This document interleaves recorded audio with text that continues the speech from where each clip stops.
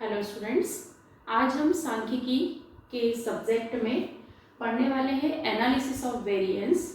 विचरण या प्रसरण विश्लेषण क्या होता है। देखिए, यहाँ जो स्टेट्स की जब हम बात कर रहे हैं तो हम पढ़ रहे हैं एनालिसिस, मतलब हम कहीं ना कहीं विश्लेषण करेंगे।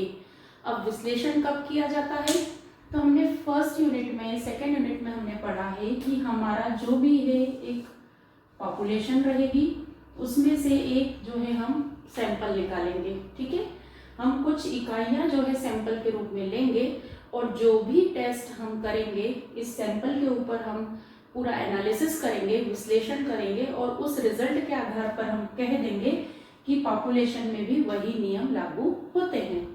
अब ये प्रसरण क्या होता है, एनालिसिस ऑफ वेरिएंस। इसके अंतर्गत एक ही समग्र है, मतलब ये हमारी पॉपुलेशन हो गई, कोरोना वैक्सीन पूरा भारत देश, और इसमें से हमने दो सैंपल लिए अलग अलग। पॉपुलेशन एक ही है, ध्यान देना, हमारी जनसंख्या जो है समस्या के लिए पॉपुलेशन एक ही है, समग्र एक ही है। हमने इसमें से दो अनुमान लिए, दो सैंपल निकाले, दोनों का रिजल्ट निकाला। ठीक है, दोनों का रिजल्ट निकाला। अब क्या है, एक ही पॉपुलेशन में से हमने दो सैंपल निकाले, ये भी 30 इकाइयां ली मैंने और ये भी 30 इकाइयां ली, तो क्या होना चाहिए, रिजल्ट एक जैसा आना चाहिए, क्योंकि हमने एक ही पॉपुलेशन में से, जैसे उदाहरण के लिए हम समझें कि भारत देश में कोरोना वैक्सीन का इफेक्ट हमें पता करना है कि कितनी प्रभावशाली रही, तो हमने दो अलग अलग शहरों को चुन लिया पूरे भारत देश में से। एक हमने उत्तर में से ले लिया और एक दक्षिण में से ले लिया, तो ये क्या हो गया, पॉपुलेशन एक ही हुई पूरा भारत देश, उसमें से हमने दो सैंपल लिए, तो क्या होना चाहिए, रिजल्ट जो है वह एक सा आना चाहिए, क्योंकि हमने एक ही पॉपुलेशन में से लिया। लेकिन जो रिजल्ट है जरूरी नहीं है कि एक से आए, उनमें क्या हो सकता है, रिजल्ट में अंतर हो सकता है। तो ये जो प्रसरण विश्लेषण है, एनालिसिस ऑफ वेरिएंस, इसको अनोवा भी बोला जाता है शॉर्ट में। तो यह जो है, ये जो दो रिजल्ट हमने निकाले हैं, तो दो रिजल्ट के बीच के अंतरों की जांच करता है कि ये अंतर क्यों आ रहे हैं, ये अंतर किसी विशेष कारण से हैं या जो हमने दो अनुमान लिए हैं उन अनुमानों में अंतर होने के कारण, अलग अलग जगह से अनुमान लिए हैं उसके कारण आ रहे हैं। तो प्रसरण विश्लेषण क्या होता है, एनालिसिस ऑफ वेरिएंस होता है कि जब अवलोकित आवृत्ति के दो अनुमानों के बीच के अंतर को जांचने के लिए, ध्यान देना, दो अनुमान, ये हमारी एक्सपेक्टेड फ्रीक्वेंसी है, ये हमारे सैंपल हैं, दो अनुमानों के बीच के अंतर की जांच करने के लिए, चेक करने के लिए जो एनालिसिस की जाती है वह कहलाती है एनालिसिस ऑफ वेरिएंस। ठीक है, दो अनुमान, दो सैंपल के जो रिजल्ट आते हैं उनकी जांच करने के लिए हम जो एनालिसिस करते हैं वो कहलाती है प्रसरण या विचरण विश्लेषण। यह जो थॉट है यह फिशर ने दिया था, इसलिए इसे एफ टेस्ट भी कहते हैं। ठीक है, फिशर के द्वारा इस एनालिसिस का जो है वह प्रतिपादन किया गया, बनाया गया है, इसीलिए इसे एफ बंटन, एफ डिस्ट्रीब्यूशन, एफ वितरण या एफ बंटन भी बोलते हैं। तो ये आपको ऑब्जेक्टिव में आ सकता है कि एनालिसिस ऑफ वेरिएंस जो है वह किसने बनाया था, तो फिशर ने बनाया था, इसीलिए इसका नाम एफ वितरण या एफ बंटन भी कहा जाता है। ठीक है, अब इसकी बात, हाँ, इसके अंतर्गत जो है इसकी हम विशेषताएं, तो यदि आपको यह सिद्धांत लिखने को आता है तो हम इस तरीके से विशेषताओं को भी एक्सप्लेन करेंगे। विस्तार, तो एफ बंटन का विस्तार 0 से लेके अनंत तक होता है। एफ बंटन का जो विस्तार है वह 0 से लेकर अनंत तक होता है। ठीक है, मतलब एफ बंटन जो एफ डिस्ट्रीब्यूशन है वह 0 से लेके अनंत तक हो सकता है। अंश व हर, इसके अंतर्गत फर्स्ट अनुमान को, फर्स्ट सैंपल को हम ऊपर रखते हैं और सेकंड सैंपल को जो है हम नीचे रखते हैं। इसमें छोटे और बड़े जो अनुमान रहते हैं उसके आधार पर ऊपर और नीचे मतलब अंश और हर, न्यूमरेटर और डिनोमिनेटर, ठीक है ना। तो अंश व हर के रूप में पहले सैंपल का जो अनुमान है और दूसरे सैंपल का जो अनुमान है उसको रखा जाता है। फिर प्रायिकता बंटन, इसमें जो प्रायिकता बंटन होता है वह असीमित होता है, सामान्य होता है, ठीक है, प्रोबेबिलिटी। फिर सतत बंटन, यह जो प्रसरण विश्लेषण है यह सतत बंटन है, मतलब यह कंटिन्यूसली चलता है, कहीं भी यह रुकता नहीं है, कंटिन्यूसली चलता है।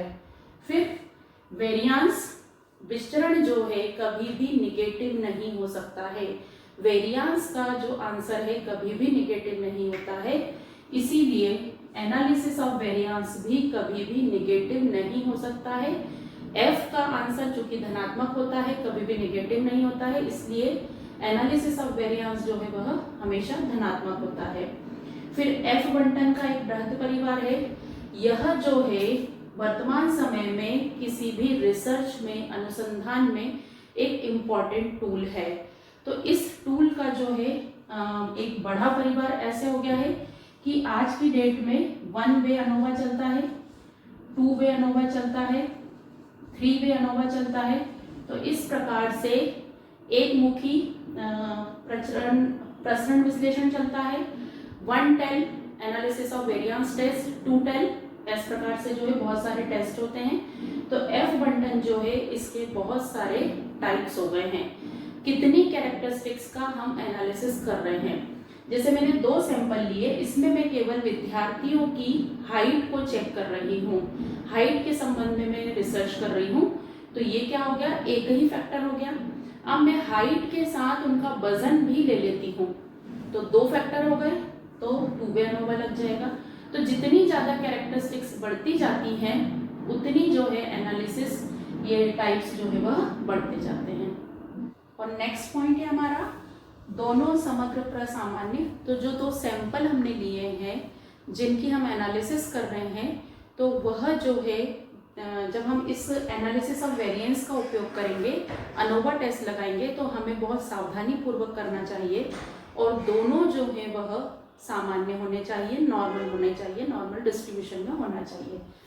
तो ये जो है हमारा होता है एनालिसिस ऑफ वेरिएंस, प्रसरण का विश्लेषण। तो यह जो है, एक तो हमने देखा कि एक समग्र में से 2 सैंपल लेकर, और यह जो है 2 समग्र का भी, दोनों 2 समग्र के बीच के अध्ययन को भी, उसकी सार्थकता का भी परीक्षण करता है। 2 समग्र मतलब 2 पॉपुलेशन के बीच में जो कोई भी समस्या है उसके समाधान के लिए हम जब अनुसंधान कर रहे हैं, रिसर्च कर रहे हैं, तो यह उसके लिए भी हेल्प करता है। तो स्टूडेंट, यदि आपको आता है कि एनालिसिस ऑफ वेरिएंस, प्रसरण विश्लेषण सिद्धांत को समझाइए और उसकी विशेषताएं लिखिए, तो आप इस तरीके से इसको एक्सप्लेन कर सकते हैं। अब हम बात करेंगे मोस्ट इंपॉर्टेंट क्वेश्चन, काई वर्ग परीक्षण। इसको काई भी पढ़ते हैं और ची स्क्वायर टेस्ट भी बोलते हैं। और इसका सिंबल जो है यह ग्रीक भाषा से लिया गया समथिंग इस टाइप का होता है, काई स्क्वायर जांच के उपयोग। अब काई स्क्वायर टेस्ट क्या होता है, तो काई स्क्वायर टेस्ट जो है, हम यहाँ पर सैद्धांतिक आवृत्ति वितरण के बारे में समझेंगे। पहले भी हम समझ चुके हैं कि जब एक होता है डेटा को कलेक्ट करने के लिए अवलोकित आवृत्ति, उदाहरण के लिए किसी क्लास में जो है हमें एनालिसिस करनी है और वहाँ के बच्चों की हाइट के संबंध में जानकारी लेनी है, तो हम एक एक बच्चे की हाइट पूछकर लिख सकते हैं। लेकिन यदि यही जांच हमें जो है 1000 बच्चों की करनी है या पूरे शहर की करनी है, तो हमारे लिए यह बहुत मुश्किल हो जाएगा। तो हम क्या करते हैं, अनुमानित आवृत्ति जो है, मतलब अनुमानित डेटा लेते हैं। तो काई स्क्वायर टेस्ट भी जो है सैद्धांतिक आवृत्ति वितरण और अवलोकित आवृत्ति वितरण के बीच के अंतर की जांच करता है। अवलोकित और अनुमानित, एक्सपेक्टेड, ठीक है। जैसे उदाहरण के लिए अवलोकित जो है वह 50 है और अनुमानित, जैसे इसको हम बेटर तरीके से समझ सकते हैं कि आपने एग्जाम दिया, और एग्ज़ाम में आपकी एक्सपेक्टेशन है कि मेरे 75% बनेंगे, ये आपने अनुमान किया, लेकिन आपके एक्चुअल में जो है वह मान लीजिए 60% भी बन सकते हैं, 80 भी बन सकते हैं, 90 भी बन सकते हैं। तो अब ये जो डिफरेंस आया है अवलोकित और जो आपने अनुमानित एक्सपेक्टेड डेटा में, वह अंतर क्यों आया है, इस बात की जांच करने के लिए तो, और ये जो अंतर है इस अंतर में कौन सा फैक्टर जो है, किसके कारण यह जो है अंतर आया है, उस बात की जांच करने के लिए। और तो ये तो हमने उदाहरण लिया, जैसे मैं देखूं कोरोना वैक्सीन वाला उदाहरण हमारा चल रहा है। कोरोना वैक्सीन भारतीयों पर प्रभावशाली है या कोरोना वैक्सीन के कारण भारतीयों को कोरोना नहीं हुआ, तो कोरोना और भारतीय इन दोनों में कोई रिलेशन है क्या, कोई क्वालिटी है क्या कि भारतीय होना जरूरी है और कोरोना की वैक्सीन होना जरूरी है? तो ये दो क्वालिटी एक दूसरे से स्वतंत्र हैं या एक दूसरे फैक्टर का दोनों पे इफेक्ट होता है? केवल भारतीय व्यक्तियों पर कोरोना वैक्सीन का असर हुआ या कोरोना वैक्सीन जब भारतीयों पर टेस्ट की गई तब इसका असर हुआ? दोनों बातों में जो है, दोनों में कुछ अंतर है या नहीं है कि इन दोनों के गुणों में, मतलब यदि कोरोना वैक्सीन किसी अमेरिकन को लगाई जाए तो क्या वो सफल होगी? तो यह जो है इस बात की जांच करने के लिए काई स्क्वायर का प्रयोग किया जाता है। ठीक है, तो 1875 में जो है यह सिद्धांत हेल्मर्ट ने बनाया था। फिर इसको मॉडिफाइड, इसको परिवर्तित 1900 में इस सिद्धांत को कार्ल पियर्सन ने मॉडिफाइड किया और वर्तमान में यह जो है सैद्धांतिक आवृत्ति वितरण और अवलोकित आवृत्ति वितरण के बीच के अंतर की जांच के लिए बहुत पॉपुलर सिद्धांत है।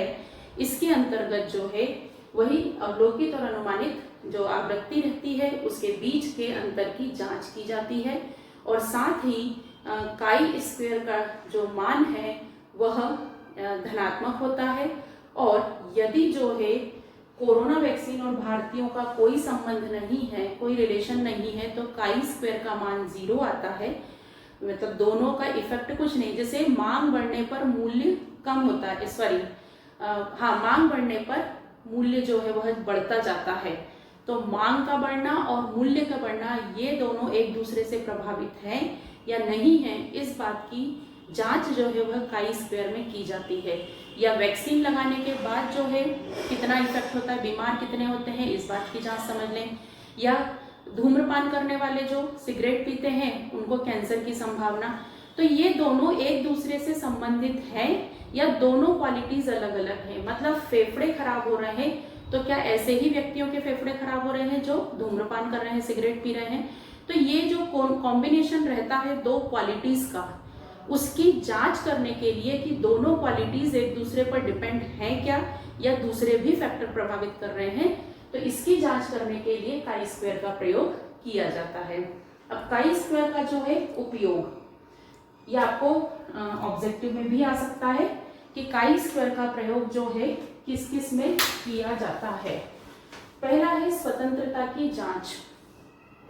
काई स्क्वायर जो है, मैंने जैसे गुण बताया आपको, धूम्रपान मतलब जो सिगरेट पीते हैं और कैंसर, ये दोनों एक गुण हो गए। ठीक है, ये पहला गुण और ये दूसरा गुण। स्वतंत्रता की जांच, डिग्री ऑफ फ्रीडम, इसकी जांच इसमें की जाती है कि क्या केवल धूम्रपान मतलब जो सिगरेट पीते हैं उनको ही कैंसर होता है या कैंसर और भी कारण से हो सकता है। तो यहाँ पर जो है ये दोनों गुण स्वतंत्र हैं या एक दूसरे पर निर्भर हैं, इस बात की जांच की जाती है। आया समझ में? ये एक मैंने उदाहरण लिया है आपको, तो इसके अंतर्गत दो गुणों की निर्भरता या स्वतंत्रता की जांच की जाती है। ठीक है, कि दो फैक्टर्स, जो दो क्वालिटीज हैं, जो दो गुण हैं, वह एक दूसरे पर निर्भर है कि धूम्रपान करने से कैंसर होता है या कैंसर उन्हीं व्यक्ति को होता है जो धूम्रपान करते हैं। तो इस दो गुण एक दूसरे पर निर्भर हैं या एक दूसरे से बिल्कुल अलग अलग हैं, उसकी जांच की जाती है। फिर degree of fitness, test of fitness, उत्कृष्टता की जांच, इसके अंतर्गत यह भी जांच की जाती है कि जो डिफरेंस है, जो अंतर आ रहा है किसमें, हमने जो डेटा कैलकुलेट करके निकाला और जो डेटा हमने अनुमान करके निकाला, इन दोनों में जो है अंतर केवल हमने जो सैंपलिंग की है, हमने जो अनुमान लगाए हैं उसके कारण आ रहा है, या अंतर जो है दूसरे फैक्टर्स के कारण आ रहा है। ठीक है, तो फिटनेस मतलब जो टेस्ट हम लगा रहे हैं वो फिट है या नहीं है, जो अंतर है वह केवल सैंपलिंग के कारण आ रहा है कि हमने दो अलग अलग सैंपल लिए हैं इसके कारण आ रहा है, या और दूसरे भी फैक्टर्स हैं उसके कारण आ रहा है। फिर समग्र प्रसरण की जांच, इसके अंतर्गत वेरिएंस, जो समग्र मतलब पॉपुलेशन का जो वेरिएंस हम निकालते हैं उसकी भी जांच की जाती है। ठीक है, फिर सजातीयता की जांच, मोस्ट इंपॉर्टेंट, होमोजेनिटी, इसके अंतर्गत यह जांच की जाती है कि ये जो हमारी पॉपुलेशन है और ये समग्र हमने जो इसमें से सैंपल लिया है, नमूना जो चुना है, वह पूरी पॉपुलेशन को रिप्रेजेंट कर रहा है, अलग तो नहीं है। नहीं तो हमारा टेस्ट जो हम लगा रहे हैं, हम चेक कर रहे हैं, वो गलत हो जाएगा। हम पूरे जैसे कोरोना वैक्सीन है तो भारत देश में हमने जो लिया है इसमें से जो सैंपल चुना है, ऐसा कोई गांव तो नहीं ले लिया, ऐसा कोई शहर तो नहीं ले लिया जहां पे कोरोना वैक्सीन ही नहीं लगी। तो सजातीयता की जांच का अर्थ है कि जो हमने निदर्शन है ना, सैंपल लिया है, वह पूरी पॉपुलेशन, पूरे समग्र को प्रदर्शित करता है। ठीक है, एक जैसे हैं, जो सैंपल हमने लिया है उसमें सभी में गुण, पॉपुलेशन में और सैंपल में गुण एक जैसे हैं। ठीक है, सजातीय हैं, एक जाति के हैं, अलग नहीं है, तो ही हम हमारी एनालिसिस को सही बोल सकते हैं। तो ये आपको काई स्क्वायर जांच के उपयोग। अब शर्तें क्या है, कंडीशन, ये वाला फॉर्मूला आप कब यूज कर सकते हैं टेस्ट करने के लिए, तो n की संख्या 50 से अधिक हो। ये फॉर्मूला काई स्क्वायर आप तभी यूज कर सकते हैं जब n मतलब टोटल नंबर ऑफ हमारा जो सैंपल है उसकी संख्या कितनी हो, 50 से अधिक हो। फिर प्रत्याशित आवृत्ति 5 से कम नहीं होना चाहिए। इसमें जब हम मैथमेटिकल वे में जाते हैं तो वहां पे हमको फ्रीक्वेंसी लिखनी रहती है, आवृत्ति लिखनी रहती है। तो कोई भी आवृत्ति यदि 5 से कम होती है तो हम काई स्क्वायर टेस्ट का उपयोग नहीं कर सकते हैं। फ्रीक्वेंसी जो है हमेशा 5 से ज्यादा होनी चाहिए। फिर प्रतिदर्श देव आधार पर, हमने पढ़ा था सैंपलिंग, हम जो पूरे समग्र में से नमूना जो चुनते हैं, सैंपल जो चुनते हैं, वो हम दो आधार पर देखते हैं। एक तो पूरा एक एक की गणना सेंसस मेथड देखी थी हमने, और दूसरी देखी थी देव आधार पर, रैंडम सैंपलिंग। मतलब हमने अचानक से किसी को भी लेकर सैंपलिंग में शामिल कर लिया हो। तो इसके अंतर्गत जो सैंपलिंग है वो कैसी होनी चाहिए, अचानक से लॉटरी सिस्टम से ले लिया हो, आपने टिप्पेट मेथड से ले लिया हो, ढोल घुमाकर जो हमने पढ़ा था उस तरीके से ले लिया हो, तभी हम काई स्क्वायर मेथड उपयोग कर सकते हैं। अब इसकी विधि, किस प्रकार से काई स्क्वायर जो है वह प्रयोग किया जाता है। तो सबसे पहले शून्य परिकल्पना रखी जाती है, जीरो हाइपोथेसिस। शून्य परिकल्पना, जब भी हम काई स्क्वायर को उपयोग करते हैं तो उसके अंतर्गत हम शून्य परिकल्पना रखते हैं कि जैसे ये उदाहरण हमारा कि धूम्रपान और कैंसर में कोई संबंध नहीं है, दोनों स्वतंत्र हैं। जो भी आपको क्वेश्चन रहेगा, कोरोना वैक्सीन और भारतीयों का कोई संबंध नहीं है, दोनों अलग अलग हैं। कोरोना वैक्सीन किसी को भी लगाई जाती तो वह सफल होती, या भारतीयों को कोई और वैक्सीन भी लगाई जाती तो भी सफल होती। तो सबसे पहली स्टेप होती है शून्य परिकल्पना। जो भी दो गुण हैं उसको हमें मानना रहता है कि धूम्रपान और कैंसर में किसी भी प्रकार का कोई संबंध नहीं है, दोनों गुण स्वतंत्र हैं। धूम्रपान करने वाले को कैंसर होगा ये कोई जरूरी नहीं है, और कैंसर उन्हीं को होता है केवल धूम्रपान से, वह भी जरूरी नहीं है। फिर उसके बाद हम काई वर्ग की गणना करते हैं। उसके बाद जो है हम फॉर्मूला लगाते हैं। काई स्क्वायर का फॉर्मूला होता है F0 minus FE upon FE का होल स्क्वायर। इस प्रकार से इसका फॉर्मूला रहता है काई स्क्वायर का। तो ये होती है अवलोकित आवृत्ति जो कि क्वेश्चन में दी रहती है। ये होती है प्रत्याशित आवृत्ति, एक्सपेक्टेड आवृत्ति, जो कि हम निकालते हैं, उसकी गणना कर लेते हैं पूरा फॉर्मूला लगा के। उसके बाद स्वतंत्रता अंश की जांच, मतलब डिग्री ऑफ फ्रीडम।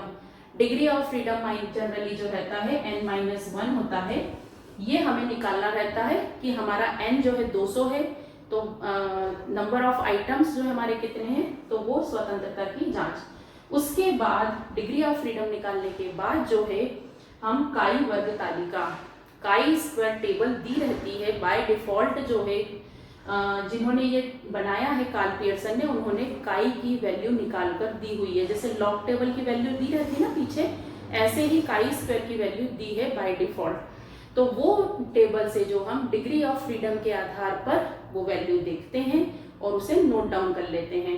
और उसके बाद जो हमारी ये वैल्यू जो आती है कैलकुलेशन करके, इन दोनों की हम तुलना करते हैं।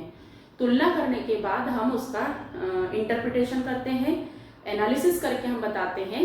तो यदि टेबल वैल्यू जो है वह कम है और हमने ये जो वैल्यू निकाली है वह ज़्यादा है, तो हम कहेंगे कि ये जो अंतर है इन दोनों में, जो गुणों में जो हम बात कर रहे हैं, वह अंतर केवल सैंपलिंग के कारण नहीं है, और भी कोई फैक्टर है। इसका मतलब है कि हमारी शून्य परिकल्पना गलत है। और यदि टेबल वैल्यू से हमारी ये वाली वैल्यू कम आती है, तो हम यह मान लेते हैं कि हमने जो हमने शून्य परिकल्पना मानी है वह हमारी रिजेक्ट हो गई है। इन दोनों का कहीं ना कहीं संबंध है। आया समझ में? इस प्रकार से काई स्क्वायर टेस्ट जो है ची स्क्वायर या काई वर्ग परीक्षण किया जाता है। तो स्टूडेंट, यदि आपको काई स्क्वायर को समझाइए ये आता है, तो आप ये पॉइंट लेकर इसको बहुत अच्छे से एक्सप्लेन कर सकते हैं। तो यूनिट 3 में आपको 2 टॉपिक हैं, एनालिसिस ऑफ वेरिएंस, अनोवा, और काई स्क्वायर टेस्ट। तो स्टूडेंट, काई स्क्वायर टेस्ट बहुत इंपॉर्टेंट है, तो आप इसको जो है तैयार कर सकते हैं।